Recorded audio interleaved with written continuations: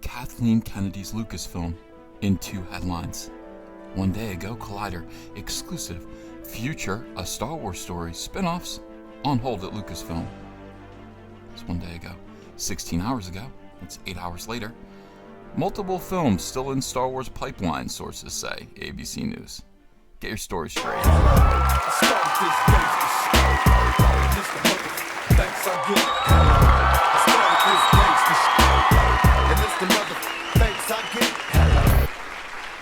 Good morning, everyone. Welcome to Comic Artist Pro Secrets. You're listening to Ethan Van Sciver. I am a comic book artist with 25 years experience and the creator of Cyberfrog Blood Honey, the Smash Indiegogo hit campaign for a comic book that I'm producing. If you'd like to buy a copy of Cyberfrog Blood Honey, the link is in the description below. Please do. I'd be very grateful. I'm the illustrator of Jordan B. Peterson's 12 Rules for Life and a great big Star Wars fan. And so I'm confused, just like everyone else, because one day the Star Wars garbage tier media says one thing, and I've invested so much faith in the Star Wars garbage tier media. I truly have. Well, I mean, it was only just yesterday, was it not? The Collider came out and basically exclaimed that they had information that Star Wars, Lucasfilm, they were going to cancel all of their extraneous satellite movies, okay, that they had in the pipeline, that they had never formally announced, that just somehow slithered, leaked, dripped into the garbage tier media, and was released to the public. I mean, how are we supposed to know? How are we supposed to know when Collider is lying? We don't know. How would we know that? Well, we've got ABC News here, not normally the type of news organization to come out with Star Wars garbage tier news, and yet here we are. ABC News is wholly owned by Disney. I believe that is still the case. And here we go. Let's put some counter intel into the bloodstream of the American public. Once it was released that all of these Star Wars films had been canceled, it certainly sent a message to everyone that Solo was indeed a big flopperoo, something that a lot of people, I guess, at Lucasfilm do not want to admit. But it was. I mean, it lost $80 million, and certainly they had to roll. Things needed to change. Everyone thought that. Everyone. But we're still in a stage of denial over there at Lucasfilm right now. Kathleen Kennedy, I believe, it is my opinion, was fired shortly after the first weekend box office returns of Solo. Her career has consisted of hiring and firing creative people and mismanaging these films to a terrible degree, to the point where she is now responsible for, she is the mother of the very first Star Wars film that has lost money. And that is sad. That is sad. Things do have to change. So once it was released that all of these movies, all of these extra movies, like Obi-Wan Kenobi, like Boba Fett, like Yoda, like Jabba the Hutt, I believe a Lando Calrissian movie was mentioned in France. Kathleen Kennedy was over in France, and she said, well, with the smash success of Dong Lover's performance as Lando Calrissian, it only makes sense that Lucasfilm put a Lando Calrissian one-shot movie into production. I would like to do that. And then quickly, 3 hours later, after the media ran with that story, they canceled it. They pulled it back. No, we're not doing a Lando Calrissian Solo movie. There's no chance of that. I don't know why anyone would say that. That's bizarre. And here we have the same thing happening again. So multiple films still in Star Wars pipeline, sources say. What sources, Clayton? What is the source that gave the original story to Collider, a trusted Star Wars garbage tier shill website? What exactly? How did Collider get information like that? Their shilling is usually so right on point. And then there's another source here that's saying no, we're still making those terrible movies. Hold up, Star Wars fans. Yeah, that's what you guys have been doing. Force Awakens got us into the theaters. We all shelled out our money to see Han Solo, Princess Leia, Chewbacca, perhaps Luke Skywalker, and we were held up. And so was Toys R Us, that was forced to stock all of these unsellable garbage tier Star Wars toys that could not sell. I mean, toys from The Force Awakens back in 2015 are still on the shelves at Toys R Us, and will be until Toys R Us finally closes their doors on June the 30th. They are now extinct as the dodo bird, thanks in no small part to Disney Lucasfilm's version of Star Wars, and it's terrible, terrible SJW movies that nobody wants to see. So yeah, we are being held up. Reports of by the way, I did, however, some people have not bought toys. I have. I feel like I have contributed in a great way to the success of Star Wars. So this cannot be blamed on me. I did buy the Darth Vader Hot Wheel. I bought the R2D2 Hot Wheel. Who would let R2D2 drive? Why would you let R2D2? He just does the navigation. You can't let R2D2 drive a car. The hell is going on over there? Reports of the death of the futures of standalone films from that galaxy far, far away, like Solo, Rogue One, and a rumored but never announced Obi-Wan Kenobi project appear to be premature and speculative at best. So those movies that we didn't confirm, we didn't cancel them. Those movies that don't exist, according to us, that we have not officially claimed are in the pipeline. These movies that, they don't exist, but we haven't canceled them. That's great. It's good messaging, Kathleen Kennedy. I appreciate it. So they appear to be premature and speculative at best. Collider, did you know that your news gathering organization, your journalism, is premature and speculative? Collider, speculators. From now on, whenever you go to Collider, I want you to understand that it is all speculation. It is not news. It is not news at all. It is premature speculation. Let them know that. She's like, what? The hell are they doing over there? That's right. That's a good question, Felicity Jones. Lucasfilm sources on Thursday characterized as, quote, inaccurate. Inaccurate. Okay, so it's not fully accurate. A report that future Star Wars movies falling outside the regular trilogy storyline, episodes 1 through 9, have been put on hold in the wake of the box office. I love this word right here. Underperformance. One time I saw footage, I think it was in the 2008 Olympics. I saw a skier, I think, and he was skiing down the mountain, and he skid out. Was he a skier or a bobsledder? It might have been a bobsledder, but anyway, it was on the ice. It was really fast, and he kind of flew off of the ice, hit his head on a pole. And I've never seen a human body sort of respond to this kind of speed and impact before. It wasn't pretty. It was awful. He was dead on impact. A poor guy. There goes his own. That was the same kind of underperformance. That was an underperformance.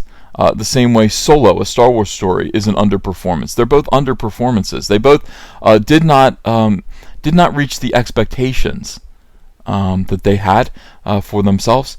Solo, a Star Wars story, to date has lost $80 million that they will admit to. Now, that is certainly a smaller number. That is not the fact. They're only talking about they've only let us know about their budget of $250 million that they spent producing the movie under Lord and Miller. But then we found out yesterday that Ron Howard came in and spent another $80 million. So the movie is actually I know my math isn't so good. $330 million.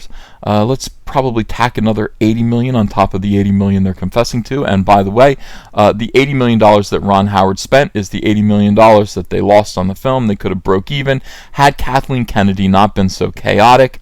Had she not just let Lord and Miller go in there and make their silly movie. They wanted to make fun of the movie. They wanted to make it a comedy. Just let them do it. Just let them do it. You guys knew this was going to be a bomb anyway. Instead, you had to monkey with it, and now you've lost $80 million. Instead, Lucasfilm told ABC News. So they basically just walked down the lot and just knocked on the publicity department and said, "Hey, ABC News, yeah, we've got a hot scoop for you. There are still multiple Star Wars films currently in development that have not been officially announced." Now, last we heard there were 9. Those projects are moving forward separate from an already announced Star Wars trilogy being overseen by Last Jedi director and human basketball Rian Johnson, and another series of movies from Game of Thrones producer David Benioff and D.B. Weiss. Let's just admit one thing.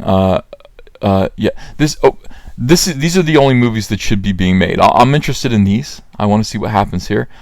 This right here, I'm sure, is not going to happen. The Rian Johnson trilogy, not going to happen. And the reason why is that Kathleen Kennedy was probably fired in February, and she is going to take Rian Johnson with her. Rian Johnson produced The Last Jedi, which is widely considered to be the worst Star Wars film ever made. It is the most divisive. They will call it that. It is the most divisive. There are no Star Wars films that are hated to the degree that The Last Jedi is hated. There aren't any.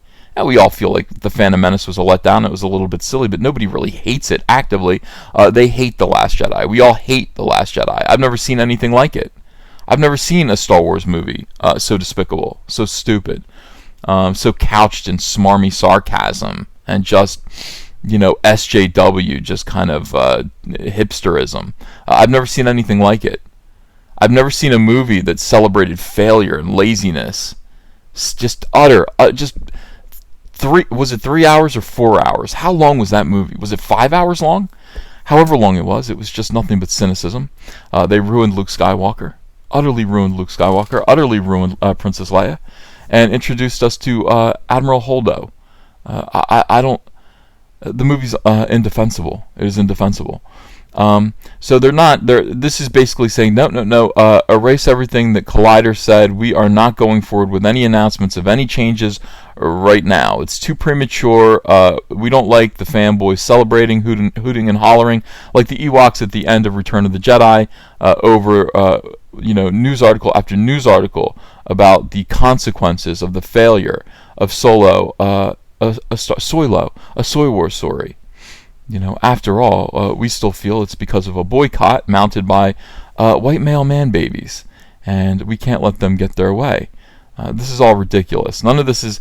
This is immature. I don't know any other word for it. It is immature. Star Wars Episode 9, starring Daisy Ridley, John We Don't Care Boyega, and Oscar Poe Isaac, and God bless him. He's not getting in any trouble at all. He's just kind of like, all right, look, just put me in the movie. I'll try to be cool. I know I'm no, Mark Hamill. I know I'm no Harrison Ford. Just put me in the movie. I'll do the best I can.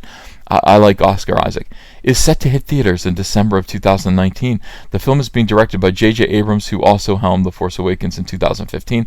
Lucasfilm is not talking publicly. No questions, no pictures, no questions, no pictures about the subject of any unannounced Star Wars films or their expected release dates. Somehow they just leak into the media. They just drip into the media, rumors, and Lucasfilm goes, "Wow, we're not saying nothing." Sometimes they'll come out and deny them.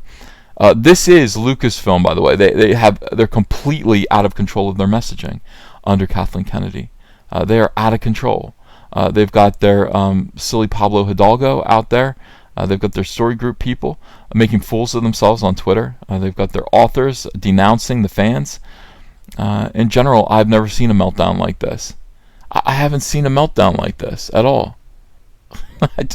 It's like the end of Frosty the Snowman. Where is that good jolly December wind to kiss Lucasfilm and make it a functioning body of adult filmmakers again?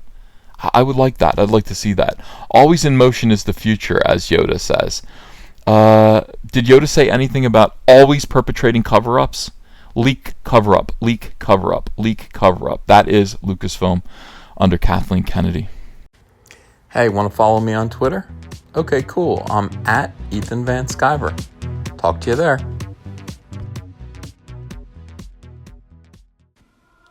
Hey, big thank you to everyone involved with the growth of this channel. We have just passed 64,000 subscribers. Is that a milestone? I like the number 64. It's the square root of 8, right? No, wait, is 8 the square root of 64? I don't really know. But 64,000 subscribers, that's nothing to sneeze at, and I am so grateful for all of you guys who make that possible. And the way that you make that possible is by clicking thumbs up, subscribing to the channel, hitting the bell for notifications. I appreciate those of you who have pledged to the Patreon. These are your names right here. You guys are supporting this channel and its growth. I appreciate everyone who comes to my live chats and donates super chats, participates in the chat, leave comments. All of those things really do help this channel to grow and create the atmosphere of community. Thank you for supporting Cyberfrog Blood Honey. It's amazing. Thank you for buying t-shirts and hats. I love you guys. Thank you. Show your friends you support independent comics while showing the world who you back in the fight against the swarm with the brand new Cyberfrog t-shirt from Crypto Fashion and Comic Artist Pro Secret. Sizes come in small to 5XL, and take your choice of colors between navy blue, white, and black. And if you haven't yet, go ahead and order the Fandom Menace, Go Get Daddy's Belt, Tico, and Soilo t-shirts as well. Link is below in the description. You're gonna look great. People love these shirts. They fit wonderfully. Thank you very much. Hello potential Indiegogo backers, hello friends, my name is Ethan Van Sciver. I'm a comic book creator who worked for 20 years for Marvel and DC Comics on books like Green Lantern, Flash, Superman, Batman, and X-Men, but before that, I had a comic book called Cyberfrog. Now Cyberfrog lasted from 1993 to 1998, and then it stopped when I went to go work for DC Comics. Now I want to tell the story of where Cyberfrog has been for the last 20 years. I want to write, pencil, ink a book called Cyberfrog Blood Honey that tells the story of gigantic alien hornets that come to Earth and conquer it, sending Cyberfrog into deep hibernation, where he emerges now in the year 2018 into a completely alternate reality, a new world where these hornets have taken over, devastated humanity, using human skin to make gigantic wasp hives, and harvesting human blood to make honey to feed their young. Very few humans still exist.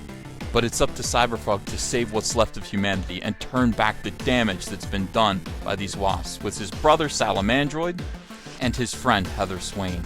I want you to help me do this. We're going to get colors by Kyle Ritter. He's a fantastic colorist, and he's going to make this book sing. I'd like this to be a 48-page one-shot prestige format, part 1 of 4. So I'm asking you to help me launch the very first Cyberfrog Blood Honey epic graphic novel. Are you in? Will you help me? I hope so. Let's get this frog jumping again. If you enjoyed this video and want to become part of this community, subscribe to this channel by clicking the laughing man face logo right on your screen. Ring the bell for notifications as well. You'll never miss a live chat. And stay tuned, another video by Comic Artist Pro Secrets is coming right up.